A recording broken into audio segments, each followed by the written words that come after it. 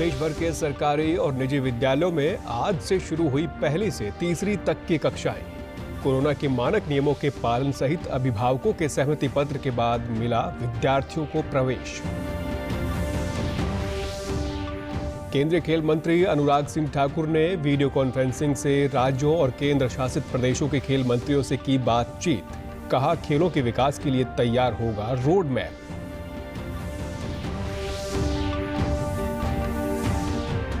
देश भर में अब तक कोरोना रोधी टीकों की 81 करोड़ से अधिक खुराक दी गई। पिछले 6 माह में सबसे कम हुई सक्रिय मरीजों की संख्या।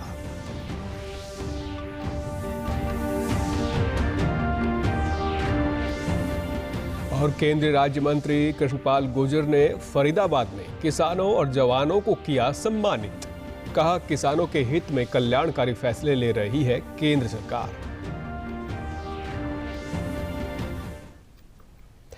नमस्कार, मैं सुरेंद्र कुमार। अब समाचार विस्तार से। प्रदेश भर के सरकारी और निजी विद्यालयों में आज से पहली से तीसरी तक की कक्षाएं शुरू हुई।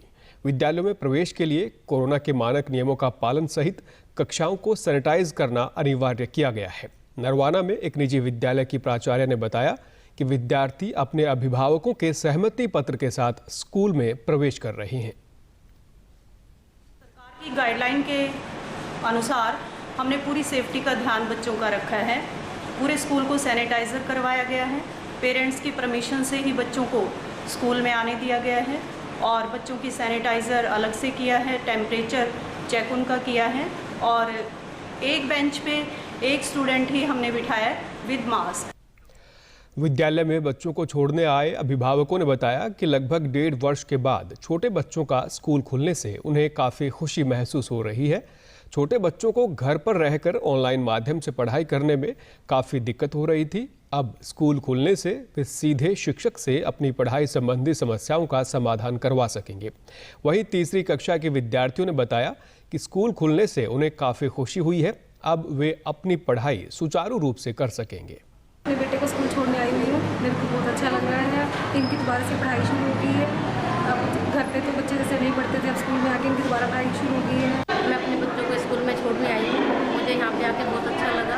बच्चों के बैठने का सिस्टम बहुत अच्छा है। इनको सैनिटाइजर करवाया जा रहा है, मास्क वगैरह सारे चेक हो रहे हैं, टीचर्स के भी चेक हो रहे हैं और बच्चे काफ़ी दिनों में स्कूल में बच्चे भी उत्साहित है। मेरा नाम जानवी है, मैं 3rd क्लास में पढ़ती हूँ और कई दिनों से स्कूल बंद थे और मुझे स्कूल में आके बहुत अच्छा लगा। मैं मेरे मम्मा पापा की परमिशन लेके स्कूल में आई हूँ। कई दिनों से स्कूल बंद थे, आज मैं स्कूल में आई हूँ। जो मेरी पढ़ाई रह रही थी वो अब पूरी हो गई। मैं बहुत खुश हूँ। केंद्रीय खेल मंत्री अनुराग सिंह ठाकुर ने खेलों को बढ़ावा देने के उद्देश्य से आज वीडियो कॉन्फ्रेंसिंग के जरिए देश के राज्यों और केंद्र शासित प्रदेशों के खेल मंत्रियों के साथ बातचीत की। टोक्यो में हुए ओलंपिक और पैरालंपिक खेलों में देश को मिली बड़ी सफलता के बाद केंद्रीय खेल मंत्री ने राज्यों और केंद्र शासित प्रदेशों से जाना कि आगे की राह क्या हो सकती है। भारत सरकार के प्रमुख कार्यक्रम खेलो इंडिया और फिट इंडिया बातचीत का अभिन्न हिस्सा रहे। वहीं स्कूल स्तर पर खेलों को बढ़ावा देना और school games federation of India को सहायता देने पर चर्चा की गई।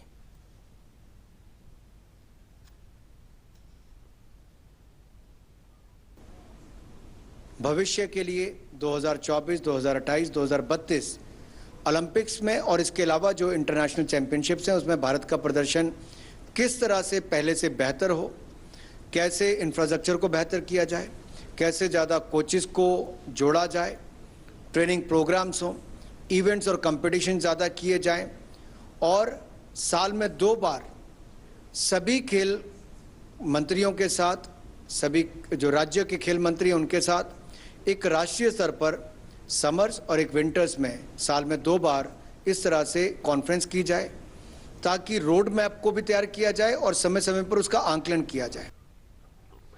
देश भर में कोरोना टीकाकरण अभियान तेजी से जारी है। पिछले 24 घंटों में देश में 37,78,296 कोरोना रोधी टीके लगाए गए। अब तक देश में 81 करोड़ से अधिक टीके लगाए जा चुके हैं। देश में पिछले 24 घंटों में कोरोना के 30,256 नए मामले दर्ज किए गए हैं। वहीं पिछले 24 घंटों के दौरान 43,938 लोग स्वस्थ हुए हैं। कोरोना से स्वस्थ होने की दर अब 97.72% हो गई है। अब देश में कोरोना के सक्रिय मामलों की संख्या 3,18,181 रह गई है, जो कि पिछले 6 माह में सबसे कम है। वहीं प्रदेश में 2,09,27,000 से अधिक कोरोना टीके लगाए जा चुके हैं। प्रदेश में कोरोना से 7,60,000 से अधिक लोग स्वस्थ हो चुके हैं, जबकि 104 मामले सक्रिय हैं। वहीं कोविड से स्वस्थ होने की दर 98.68% है। प्रधानमंत्री नरेंद्र मोदी के जन्मदिवस को देश भर में किसान और जवान सम्मान दिवस के रूप में मनाया जा रहा है। इस कड़ी में फरीदाबाद में भी कार्यक्रम का आयोजन कर किसानों और जवानों को सम्मानित किया गया। कार्यक्रम में मुख्य अतिथि केंद्रीय राज्य मंत्री कृष्णपाल गुर्जर ने कहा कि पिछले 7 वर्षों में केंद्र और प्रदेश सरकार ने किसानों की आमदनी में बढ़ोतरी के लिए उनके हक में फैसले लिए हैं।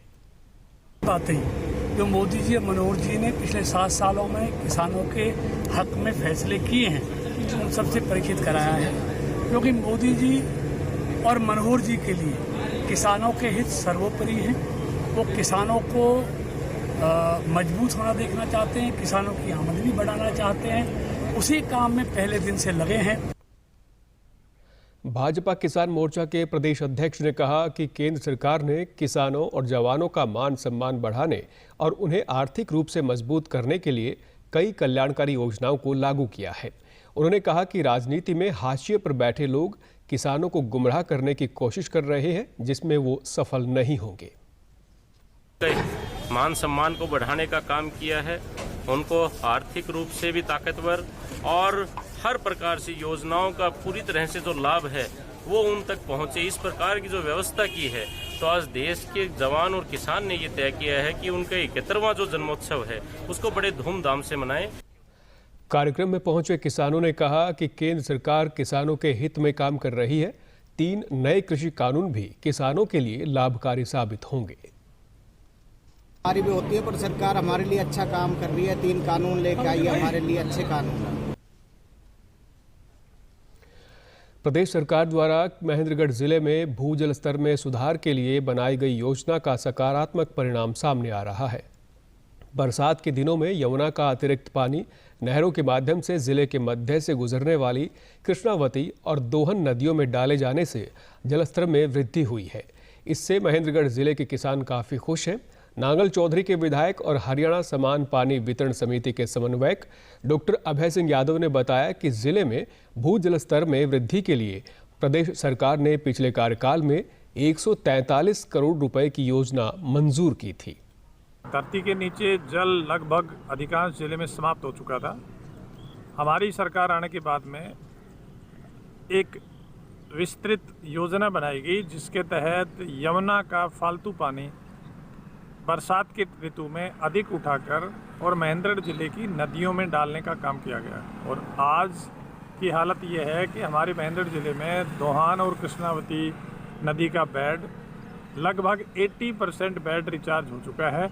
और किसानों के जो ट्यूबवेल है, जहां 2-2, 3-3 फव्वारे पे आ गए थे, वो 20-20 फव्वारे बना रहे हैं। लोगों में बड़ी खुशहाली है।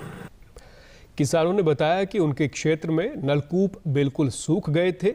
नदी में नहर के माध्यम से पानी डालने के बाद अब भूजल स्तर भी 250 फीट के ऊपर आ गया है। इससे उन्हें सिंचाई करने में सुविधा हुई है। क्षेत्र के अंदर जो भी पानी नहर का पानी डला, इससे बहुत प्रॉफिट हुआ गाँव वासियों को। जो भी नदी के क्षेत्र के अंदर मोटर थी, सारी सूखी बोर थी, वही चलने के लिए कायम है आज के लिए। जो भी नदियाँ हैं काफ़ी गाँवों में जोड़ दिया है। अब ये नांगल चौधरी में पहली बार पानी आया है और इसके लिए सभी गांव वाले, आसपास के जो गांव वाले बहुत ही खुश हैं, क्योंकि पानी ऊपर आने लग गया है। पहले 8-8, 5-5, 7-7 फव्वारा बनाती मोटर, अब 12-12, 15-15 फव्वारा बनाती। जो पानी जो छोड़ा गया है, इससे आसपास के क्षेत्र जैसे कि रानी ठाकरा, नांगल चौधरी, शहबाजपुर और भी आगे तक के क्षेत्र हैं, उनमें जो वाटर लेवल जो नीचे गिर रहा था वो आज उठेगा। और यहाँ पर आने वाले जो क्षेत्र की जो भी फसलें हैं, जो सूखी फसल और सूखाग्रस्त थी, वो आज उनकी वाटर लेवल ऊंचा होने की वजह से इन फसलों में रौनक सी पैदा हुई है। डीडी न्यूज़ हरियाणा पर देश और प्रदेश से जुड़ी खबरों को विस्तार से जानने के लिए आप हमारे साथ फेसबुक, ट्विटर और यूट्यूब के माध्यम से भी जुड़ सकते हैं। हमसे जुड़ने के लिए आप हमारे सोशल मीडिया हैंडल को भी फॉलो कर सकते हैं। अब आप अपने मोबाइल फ़ोन से QR कोड स्कैन कर हमारे YouTube चैनल पर सीधे पहुंच सकते हैं। फतेहाबाद जिले के 1096 आंगनबाड़ी केंद्रों को प्ले वे स्कूल में तब्दील किया जाएगा। इस योजना के तहत फिलहाल आंगनबाड़ी केंद्रों में अभ्यास कक्षाएं लगाई जा रही है। महिला एवं बाल विकास विभाग द्वारा संचालित इन आंगनबाड़ी केंद्रों में बच्चों को अब आहार के साथ खेल खेल में शिक्षा और संस्कार दिए जा रहे हैं। विभाग की निरीक्षक ने बताया कि इसके लिए आंगनबाड़ी कार्यकर्ताओं को बच्चों को रचनात्मक ढंग से पढ़ाने का प्रशिक्षण भी दिया गया है। आंगनबाड़ी कार्यकर्ताओं ने बताया कि इस योजना के बाद आंगनबाड़ी केंद्रों में बच्चों की संख्या में भी वृद्धि हुई है। हमारे सीएम ने पूरे हरियाणा के अंदर 4000 ऐसे सेंटर हैं जिनको चुना है प्ले स्कूल के लिए। उनमें 3 से 6 साल वाले बच्चों के शारीरिक, मानसिक और बौद्धिक विकास के लिए अलग अलग एक्टिविटियां रखी गई है। उनको हमारी वर्कर द्वारा करवाया भी जा रहा है। तो इसके लिए हमें ट्रेनिंग दी गई है। अब हम आगे वर्करों को दिए हैं, तो अब वर्करों ने अपनी प्रैक्टिस क्लास शुरू कर रखी है। हमारे आंगनबाड़ी में अच्छा परिवर्तन हो रहा है। जैसे अब सीएम जी ने नई योजना शुरू करी है प्ले वे स्कूल, और इसका अच्छा रिजल्ट आ रहा है जी। प्ले वे स्कूल जैसे बना तो अच्छी शिक्षा दे रहे हैं खेल खेल के द्वारा, और बच्चों का रुझान, माँ बाप का रुझान बहुत अच्छा आ रहा है। आंगनबाड़ी में पढ़ने वाले बच्चों के अभिभावकों ने बताया कि आंगनबाड़ी को प्ले वे स्कूल में बदलने के बाद उनके बच्चों के आचार और व्यवहार में काफ़ी सुधार आया है।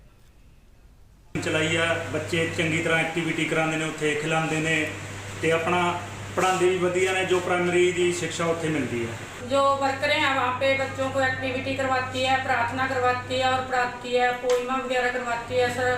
खेल कूद करते हैं बच्चे और बच्चे खुश हो जाते हैं सर। ऐसे भी हमारे बच्चों को अच्छा महसूस होता है और हमें भी अच्छा महसूस होता है। सुविधा सारा कुछ ही इत्थे सही है, वधिया सिखांदियां मैडमां, वधिया बच्चों को ज्ञान पूरे दिंदियां। सही है। किस तरीके का ज्ञान दिंदियां? ज्ञान प्रार्थना भी करांदियां, जो भी है स्कूल दे विच हुंदा है, जो भी वो इत्थे खिलांदियां ने। केंद्रीय सिविल सेवा सांस्कृतिक एवं क्रीड़ा बोर्ड की तरफ से अखिल भारतीय सिविल सेवा खेल प्रतियोगिता आज से शुरू हुई। कुरुक्षेत्र विश्वविद्यालय के खेल परिसर में शुरू हुई इन प्रतियोगिताओं में लगभग पूरे देश से खिलाड़ी हिस्सा ले रहे हैं। आज से शुरू हुई इन प्रतियोगिताओं का आयोजन 30 सितंबर तक कुरुक्षेत्र जिले के अलग अलग खेल प्रांगणों में होगा। जिला खेल एवं युवा कार्यक्रम अधिकारी ने बताया कि आज से शुरू हुई वॉलीबॉल प्रतियोगिता में पुरुषों की 28 और महिलाओं की 15 टीमें हिस्सा ले रही हैं। 23 सितंबर से शाहबाद में हॉकी प्रतियोगिता का आयोजन किया जाएगा। उन्होंने बताया कि खिलाड़ी अपने साथ कोविड-19 जांच रिपोर्ट लेकर आ रहे हैं। किसी खिलाड़ी के पास ये रिपोर्ट नहीं है तो उनका कोविड-19 टेस्ट यहीं पर करवाया जा रहा है। फॉर वॉलीबॉल स्टार्ट करने जा रहे हैं, जिसमें 28 टीमें मैन की आई हैं और 14 टीमें वुमेन की आई हैं। तो ये सभी जो टीमें हैं इसमें 12 खिलाड़ी हैं और 1 कोच एंड 1 मैनेजर। तो ये 14 की एक टीम है। तो हमारी इससे संख्या काफ़ी संख्या में हमारा ये कंपटीशन होने जा रहा है सर, और बड़े अच्छे मैचेस होंगे। इसके अंदर एक स्टेट से 3 टीम भी आ सकती हैं। देश के विभिन्न हिस्सों से आए हुए खिलाड़ियों ने बताया कि कोरोना संक्रमण के कारण काफ़ी समय बाद हुई इस अखिल भारतीय प्रतियोगिता में हिस्सा लेकर उन्हें खुशी का अनुभव हो रहा है। वेरी वेल, दे कंडक्टिंग बहुत अच्छा है, बहुत बड़ा टूर्नामेंट है। वो they accommodation and food everything they giving, it's very good, it's best and I am proud to movement this movement, very happy. हम लोग वॉलीबॉल के कंपटीशन में पार्टिसिपेट करने के लिए आए। बहुत अच्छा लग रहा है क्योंकि बहुत सालों के बाद हम पार्टिसिपेट कर रहे हैं। ऑल आर वर्किंग्स एंड उम्मीद करते हैं अच्छा खेलेंगे और मेडल जीत के जाएंगे यहाँ से। 2 साल से कोरोना की वजह से बहुत तैयारी भी हम लोग नहीं हो पाई, लेकिन जितने भी हम लोग अपना आए हैं और यहाँ अच्छा टीम परफॉर्मेंस करेगी हमारी, और सब एम्प्लॉई हैं तो अपने व्यस्तम टाइम निकाल के समय यहाँ अपने टूर्नामेंट में प्रतियोगिता में भाग करने के लिए हम लोग आए हुए हैं, और आशा करते हैं टीम हमारी बढ़िया परफॉर्मेंस करेगी। अंत में इस बुलेटिन के मुख्य समाचार एक बार फिर। प्रदेश भर के सरकारी और निजी विद्यालयों में आज से शुरू हुई पहली से तीसरी तक की कक्षाएं। कोरोना के मानक नियमों के पालन सहित अभिभावकों के सहमति पत्र के बाद मिला विद्यार्थियों को प्रवेश। केंद्रीय खेल मंत्री अनुराग सिंह ठाकुर ने वीडियो कॉन्फ्रेंसिंग से राज्यों और केंद्र शासित प्रदेशों के खेल मंत्रियों से की बातचीत। कहा, खेलों के विकास के लिए तैयार होगा रोड मैप।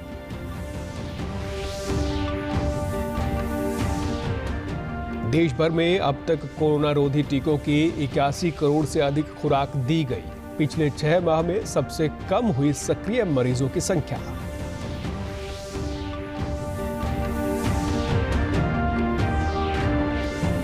और केंद्रीय राज्य मंत्री कृष्णपाल गुर्जर ने फरीदाबाद में किसानों और जवानों को किया सम्मानित। कहा, किसानों के हित में कल्याणकारी फैसले ले रही है केंद्र सरकार।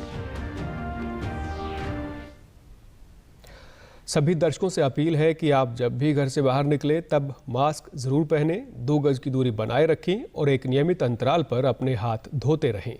और अगर आप पात्र हैं तो टीकाकरण अवश्य करवाएं, तभी आप कोरोना महामारी से बच सकते हैं। आज के बुलेटिन में बस इतना ही। नमस्कार।